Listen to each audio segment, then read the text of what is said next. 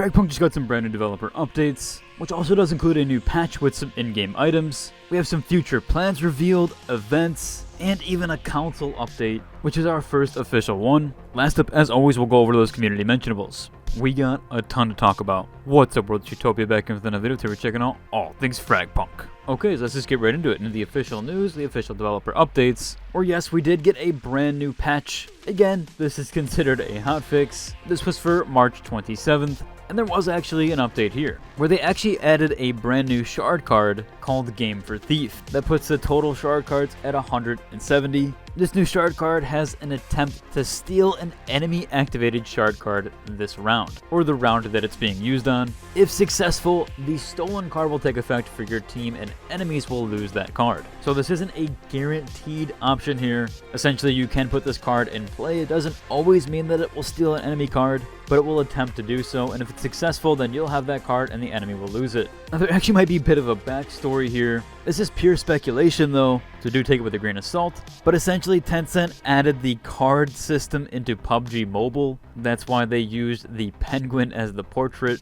and it being a game for a thief where you can steal an enemy card. Again, pure speculation, but that might be why it was added. So just sort of a funny thing and funny play on there, as it was fairly random to just add a new card. With that update though, there was still 2 additional bug fixes here for network anomalies preventing matchmaking, and some more crash client fixes and freezes. But that does cover it for the March 27th patch notes. Not a whole ton there, but at least a decent patch for some bug fixes and the new card. We do have that update on future plans and events, as well as that console update here. So this all started from this post saying player numbers after 20 days. Basically a thoughts post on what people think about the Steam charts as of recently, at least comparative to its peak. Now there is a dev using the official Play FragPunk account, going around commenting on the Reddit and even answering some questions. They said here that this looks like their uni script, but their thoughts is they've got some cool updates and events in the works. They're aiming to create some awesome spikes on that chart. It looks like we're going to be getting some new future updates here, maybe even ones that aren't just a hotfix. And it looks like they have some much larger events planned. And speaking of that, they actually have the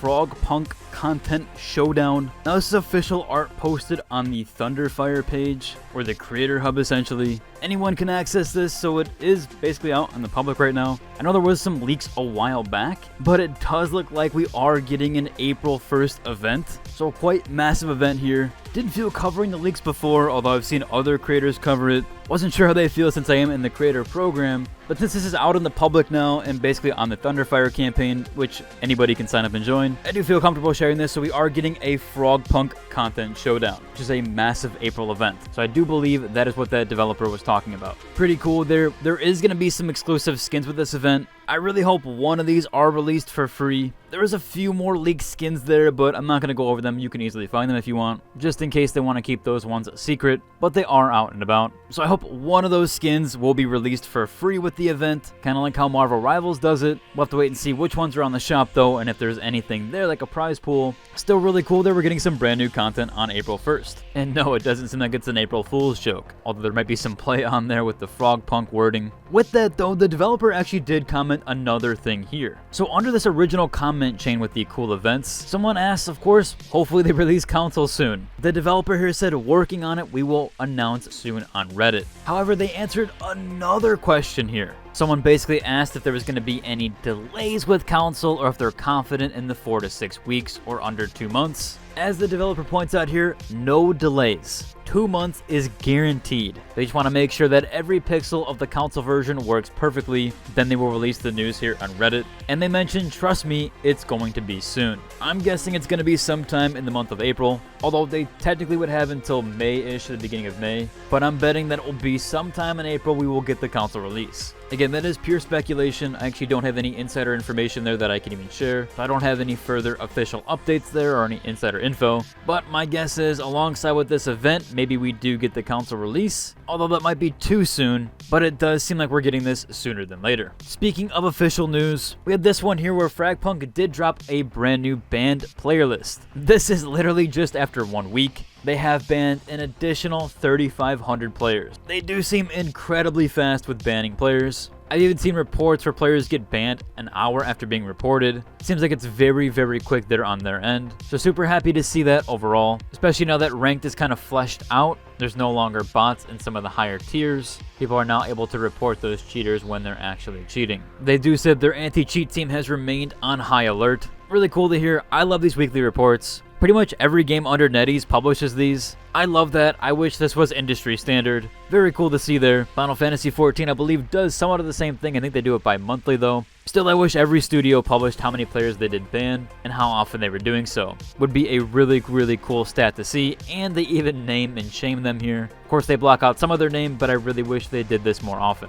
Moving on though, we do have some community updates. This first one here looks like they might need to still do some refining with nitro walls, at least off the initial spawn. Seems like she's still able to get places where she probably shouldn't be. Hopefully they are still fine-tuning that. They did go through originally. It does seem like players are pointing out there's even more than this one. Hopefully they can fix Nitro's ability with that. Get it a little bit more fine-tuned and fair. As some of these positions you can see over the entire map, definitely not intended. We'll probably see that fixed sometime soon. We have this suggestion here in feedback from a Reddit user who's asking if someone leaves the match, their Lancer should be available to pick for everyone else. Yeah, I definitely agree so. I definitely think that if they disconnect and even in a reconnect situation, they should more than likely be removed from their current Lancer. That way other players can pick it, because unfortunately that could really cause issues there. Definitely surprised it's not a mechanic within ranked. Hopefully they can establish that one there. Although it always keeps their Lancer in the match, so even if someone disconnects, they're still at spawn where they can be eliminated. So maybe it defaults them to one, or one that's not currently being selected once the round begins. We'll have to wait and see how they do that one. Hopefully it's addressed sometime soon though, since anybody can swap Lancers in the middle of a match. Or maybe you can even just auto-select a swap option with whoever disconnected and it just automatically accepts. Probably a good band-aid solution for that one overall. Last up here we had some Discord updates. This one pertaining to the official Discord, where they did launch some new LFG channels that are open. So you can head to the LFG guide and go into there. They have a bunch of new channels. We also have this here, the Daily Lucky Card. If you head over to that channel, you can share some in-game clips to that channel,